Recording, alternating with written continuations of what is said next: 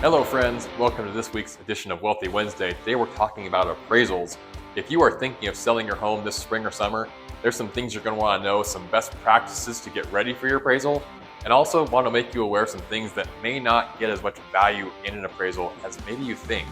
Let's talk about what an over-improvement is. An over-improvement is something that is dissimilar or unlike anything else in the neighborhood or market around it. Let me give you an example. Here in the Salt Lake area, a swimming pool in a neighborhood, if it's the only swimming pool in the neighborhood, may not get a whole lot of value from an appraiser. It may not get any value at all, actually. Whereas if you are in a neighborhood where every home has a swimming pool, then you'll be able to likely get more value from it. Landscaping. People love their yards. They put lots of money into them. They make elaborate rock waterfalls and beautiful landscaping and grass and trees and plants and an outdoor deck with a gazebo.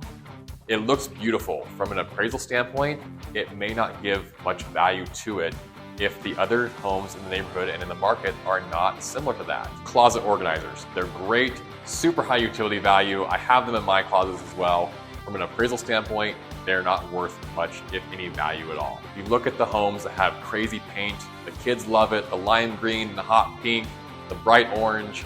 The kids love them, but from an appraisal standpoint, if you look at the homes that sell in the MLS that have bedrooms painted in these awkward, weird, crazy colors, they typically sell for less and appraise for less value. One final over improvement I want to talk about, your 5, 6, 8 car garages. They are great. They become workshops, they hold boats and RVs and lots of cars.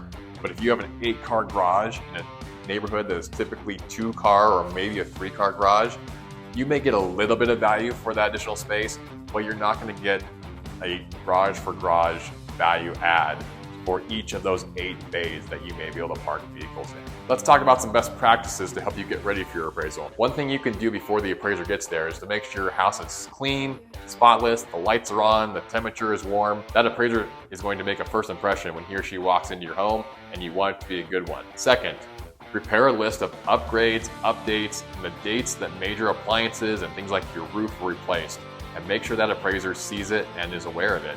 You don't want them to miss anything that they may be able to add value to. Third, if you have a previous appraisal for maybe when you bought the home or when you refinanced the home, and you have a sketch of that home, all the dimensions of the different floors and bedrooms, leave that for the appraiser also. They're gonna appreciate that you already left that for them. That may save them some time, and it may also help them check against their own measurements to make sure they're correct. This is Wealthy Wednesday. I'm Rychen Jones, your wealth creating realtor.